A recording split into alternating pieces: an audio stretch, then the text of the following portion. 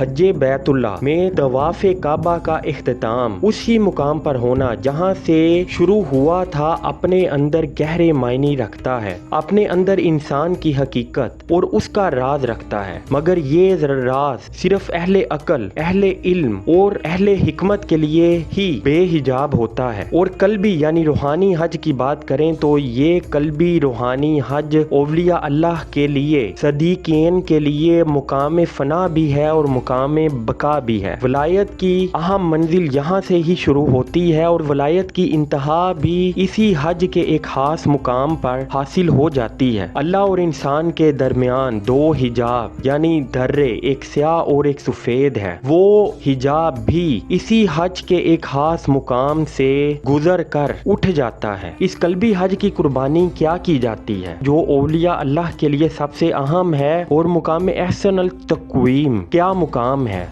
Part 18 حج طریقت اور حج شریعت کے بیان میں اس کنٹینٹ میں ذکر کریں گے حج شریعت کی شرائط و احکام، اور اسی طرح حج طریقت یعنی روحانی حج کے مقام، شرائط، ان کے لیے خاص 12 اسماء توحید کا ذکر، اور ہر مقام کے لیے الگ الگ اسماء توحید کا ذکر، اور اس روحانی حج کی سواری، زاد راہ، کعبہ احرام، مقام مزدلفہ، مقام منع اور قربانی، اسی طرح طواف صدر اور واپسی، اور قیام و طعام، اور آب زمزم کیا ہے، اور اس مقام کی اہل تصوف کے لیے انتہائی اہمیت کس وجہ سے ہے۔ وزڈم ان یعنی سرائے حکمت میں آپ کو خوش آمدید کہتے ہیں اور آپ کا شکریہ ادا کرتے ہیں۔ اس سفر حق و حق کار میں اپنی قیمتی رائے کا اظہار چینل کی بہتری کے لیے ضرور کریں، سبسکرائب کریں اور بیل آئیکن کو ایکٹیویٹ ضرور کریں۔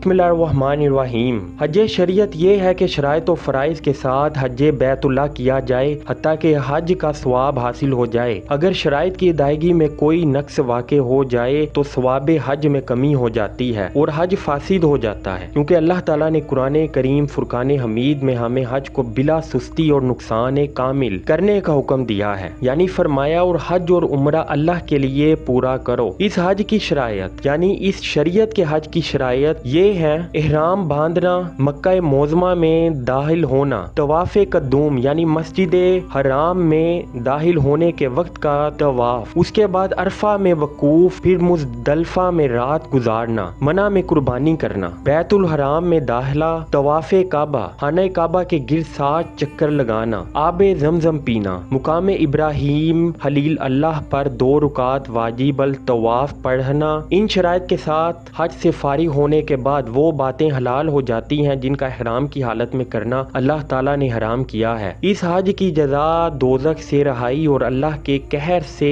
امان پانا ہے، جیسا کہ ارشاد باری تعالیٰ ہے: جو حرم میں داخل ہوا وہ امان میں ہوا۔ سب سے اخیر طواف صدر یعنی بیت اللہ شریف سے رخصت ہونے کے وقت کا طواف، جس کو طواف رخصت بھی کہتے ہیں، اور پھر وطن کو مرجعت۔ اللہ تعالیٰ ہمیں اور آپ کو اس کی توفیق عطا فرمائے۔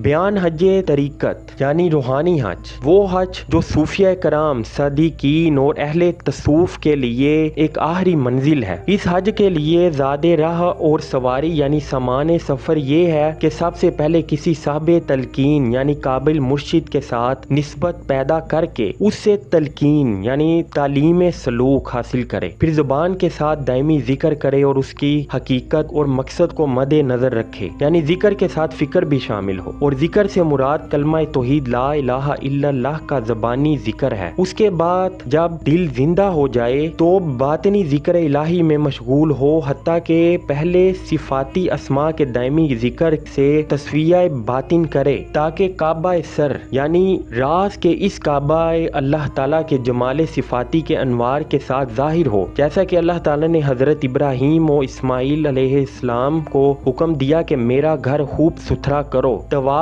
کرنے والوں اور اعتکاف کرنے والوں اور رکوع و سجود والوں کے لیے۔ ظاہری کعبہ کا صاف و ستھرا کرنا مخلوق میں سے ان لوگوں کے لیے ہے جو طواف کرنے والے ہیں، اور باطنی کعبہ کی صفائی خالق کے قرب کے لیے ہے۔ اس ذات پاک کا جلوہ دیکھنے کے لیے بہترین اور نہایت موزوں طریقہ تطہیر یہ ہے کہ کعبہ باطن کو یعنی سینے میں موجود کعبہ مقام کو، اس مقام راز کو ماسوائے اللہ سے پاک و صاف طواف کیا جائے، بشری علائشوں کو دل سے ختم کیا جائے۔ بعد جس طرح حج شریعت کے لیے احرام باندھتے ہیں، اسی طرح حج طریقت کا احرام روح قدسی کے نور سے ہے۔ پھر کعبہ قلب میں داخلہ، اس کے بعد طواف قدوم، اس میں ثانی یعنی اس میں اللہ کا دائمی ذکر ہے۔ پھر عرفات قلب جو موضوع مناجات ہے کی طرف روانگی، اور اس میں وقوف اس طریقہ سے کہ تیسرا اسم یعنی اس میں ہو اور چوتھا اسم یعنی اس میں حق کا ذکر بلتزام کیا جائے۔ پھر مقام مزدلفہ یعنی طریقت کے اس حج کا مسافر پھر مزدلفہ میں آئے، جس سے مراد فواز یعنی باطنی دل ہے، اور پانچویں و چھٹے ہر دو اسماء یعنی حی اور قیوم کو جمع کرے اور اس کا ذکر کرے۔ پھر منع یعنی مقام سر کی طرف توجہ کرے جو مابین حرمین ہے، اور ان دونوں کے مابین وقوف کرے۔ پھر ساتویں اسم یعنی قہار کے دائمی ذکر سے نفس مطمئنہ کی قربانی کرے، یعنی اس میں قہار یعنی نفس مطمئنہ کی قربانی بھی اس حج کے لیے کرنا لازم ہے، کیونکہ یہ اسم باعث فنا اور حجاب کفر کو دور کرنے والا ہے۔ جیسا کہ حضور علیہ الصلوۃ والسلام نے فرمایا ہے، کفر اور ایمان عرش کے درے یعنی دو مقام ہیں جو بندے اور اس کے پروردگار عز شانہ کے درمیان حجاب ہیں، ایک ان میں سے سیاہ ہے اور دوسرا سفید۔ نفس مطمئنہ کی قربانی کرنے کے بعد حلق اس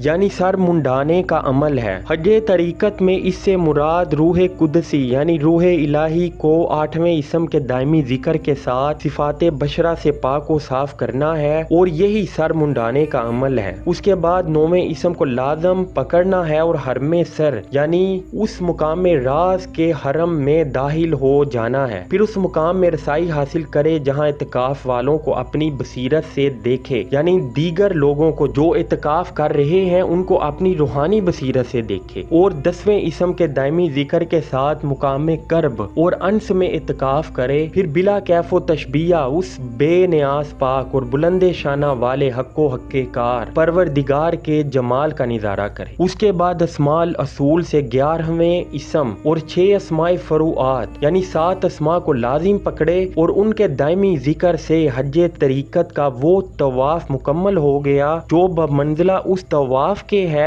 جو حج شریعت میں خانہ کعبہ کے گرد 7 چکر لگانے سے ادا ہوتا ہے۔ پھر مقام کرب میں 12ویں اسم کے پیالے سے بدست قدرت شراب طہور پینا ہے، جس کے متعلق اللہ تعالیٰ نے فرمایا ہے، اور ان کو ان کے پروردگار نے پاکیزہ شراب پلائی۔ اس کے بعد حجاب دوئی اٹھ جاتا ہے، تو اس ذات غیر فانی کو جو تشبیہ سے پاک ہے اسی کے نور کے واسطہ سے بے حجابانہ دیکھتا ہے، اور یہ اللہ تعالیٰ کے اس قول کا معنی ہے جو حدیث قدسی میں فرمایا، اہل کرب کو وہ بات حاصل ہوتی ہے جو نہ کسی آنکھ نے دیکھی اور نہ کسی کان نے سنی، اور نہ ہی اس کا خیال کسی بشر کے دل میں آیا، یعنی اللہ تعالیٰ کا کلام بلا واسطہ حرف اور آواز کسی بشر کے دل میں اس کا خیال بھی نہیں گزرا سے مراد ذوق دیدار الہی اور خطاب ہے۔ خطاب کے معنی روبرو کلام کرنا ہے۔ اسماء توحید یعنی ان اسماء کے بار بار تکرار سے برائیاں نیکیوں سے بدل جاتی ہیں۔ پھر جن چیزوں کو اللہ تعالیٰ نے حرام کیا تھا وہ حلال ہو جاتی ہیں، جس طرح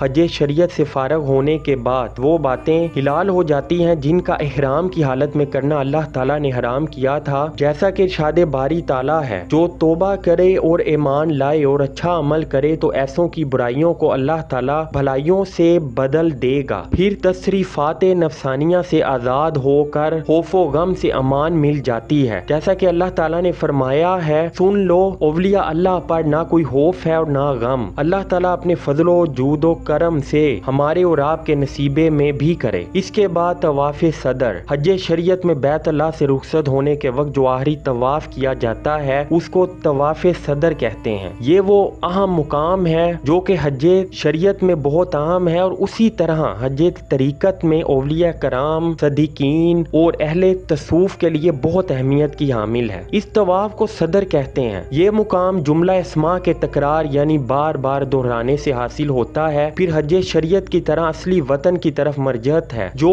عالم قدس یعنی عالم باری تعالیٰ اور عالم احسن التقویم یعنی جس عالم میں اللہ تعالیٰ نے انسان کو اچھی صورت پر بنایا میں ہے۔ یہ مقام 12ویں اسم جس کا تعلق عالم یقین کے ساتھ ہے کہ دائمی ذکر سے حاصل ہوتا ہے، یعنی احسن تقویم